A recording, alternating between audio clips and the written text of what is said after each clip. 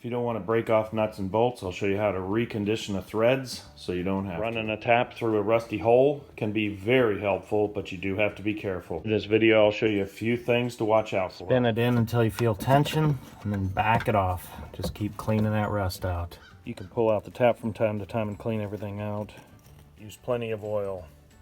Take your time with the tap because you don't want to break the tap because it's hardened steel. It'd be hard to get out of the hole. Just take your time. Lots of oil, take your time. You don't realize how easy it is to break one of these until you break it. It's still pretty tight, so just take your time. Eventually you'll get through it. If you rush this, you'll kind of wish that you didn't.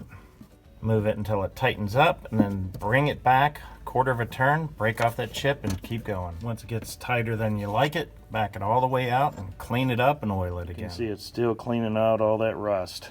I can finally feel that I made it to the end of the thread. It's nice and clean. Now that it's clean, we'll spin our bolt in.